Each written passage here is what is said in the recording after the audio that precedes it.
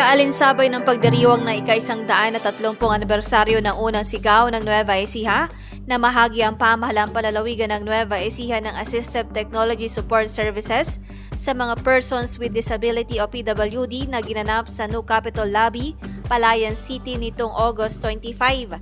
Sa mensahe ni Provincial Administrator Attorney Jose Maria San Pedro, binigyan din nito ang pagkakaroon ng pagkakataon sa buhay. Parehas po tayo binibigyan ng pagkakataon na magbigay ng tulong sa kapwa. Hindi po kailangan na marami kang pera para makapagbigay ng tulong. Kasi simple maging mabuting tao lang sa iyong kapwa.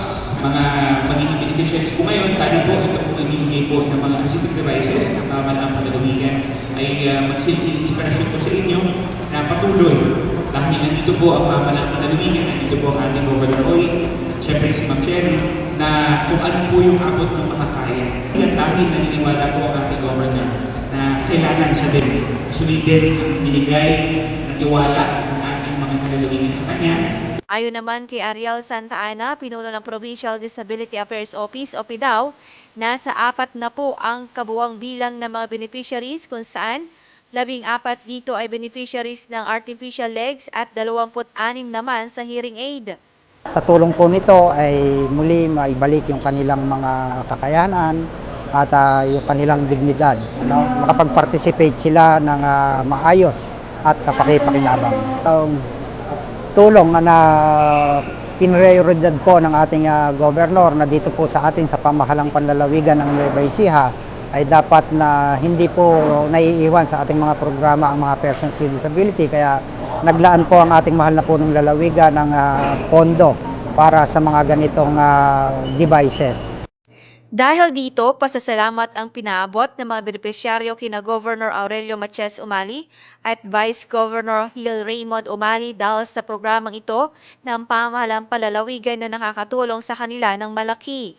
Malaking tulong po na ako mabibigyan ng hearing aid po kasi po mahirap po talaga makapag-communicate sa ibang mga tao kung talagang mahina ang iyong pandinig. Kaya ako po nagpapasalamat po sa inyo, Governor Oy Umali and Vice Governor Umali, sa PDAO Office, sa DSWD o PSWDO. Maraming salamat po sa inyo lahat. Talaga pong napakalaking tulong sa akin ang magkaroon po ng hearing aid. At pasalamat ang kanyayo, Governor Oy Umali, ang Vice Governor Lemon Umali, din kayo yung tulong kanya nga makating kami ti nasayaat kadati daw mga tattao kadagita katkatungtong ni. So nga doctor nga pasasalamat ni kanyayo ako. Masaya po kasi meron na pong bago, komportable na po ulit. Mababalik po yung mga dati ko pong ginagawa. Gaya po ng makalakad po ng normal, parang nung hindi pa ako nagaganito.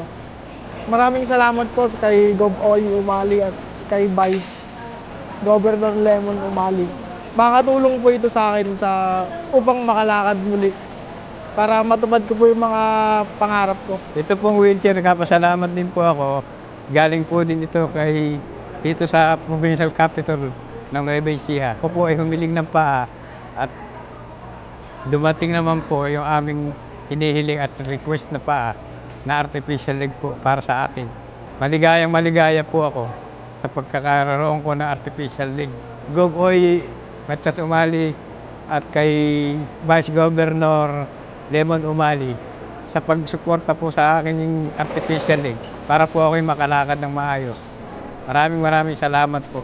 At kay Ma'am Cherry Umali.